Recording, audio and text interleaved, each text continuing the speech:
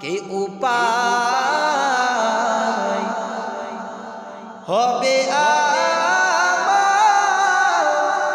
মরণে, কেমনে একা থাকবো ওই কবরে।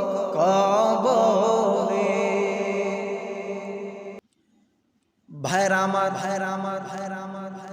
আজকে তুমি মনে করো এই বিশাল দুনিয়া তোমার, আজকে তুমি মনে করতেছে সব তোমার, আজকে তুমি মনে করতেছে বাড়ি গাড়ি আমার, এই ধন দৌলত সবকিছু আমার।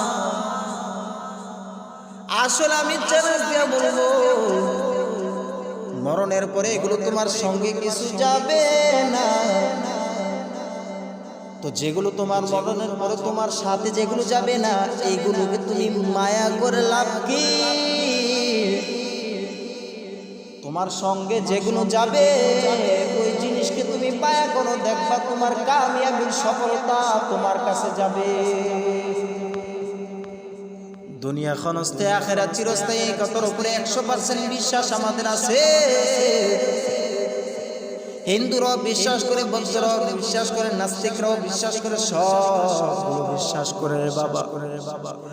এরা বিশ্বাস করে আমরা দুনিয়াতে যতই মাস্তানি করি আর যতই চাপাবাজি করি, যতই তাফানি করি না কেন, মরতে কিন্তু হবে, মৌতের পেয়ালা কিন্তু পান করতে হবে। যেহেতু তোমার মৃত্যুর পেয়ালা পান করতে হবে, অতএব তোমার মাস্তানি করে লাভ নাই। মাস্তানি করার আগে মাস্তানকে বুঝো। তুমি আজকে যার পিছে দৌড়াচ্ছ সেও কিন্তু তোমার কবরে যাবে না। কি উপায় হবে আমার মরণে, কেমনে একা থাকবো ওই কবরে।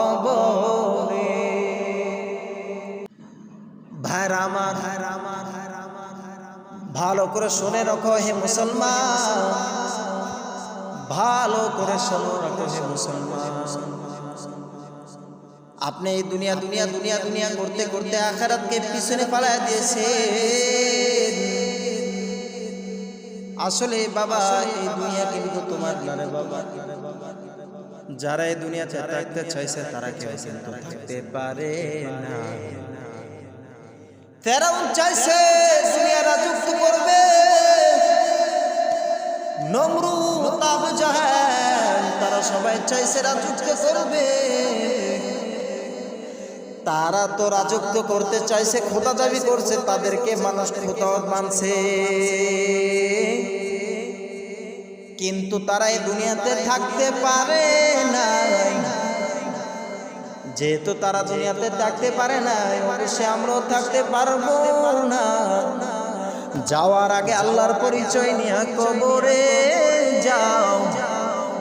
আল্লাহ বলেন উদউনি আস্তাজিব লাকুম, ও বান্দা আমি তোরে ডাকি। ও বান্দার ঘুমাস না। আল্লাহ গভীর রাত্রে উঠে প্রথম আসমানে এসে বলে বান্দা ও আর কত ঘুমাইবি? জীবনে তো তুমি কম ঘুমাও নাই, এবার তুমি আল্লাহকে আল্লাহ বলে ডাক দাও রে আসে।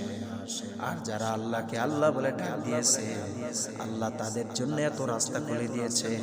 তারা যেদিকে যায়, যেভাবে তাকায় না কেন, তারা দুনিয়াকে দেখতে পায়, তাদের জন্য কেমন জান্নাত হয়ে গেছে।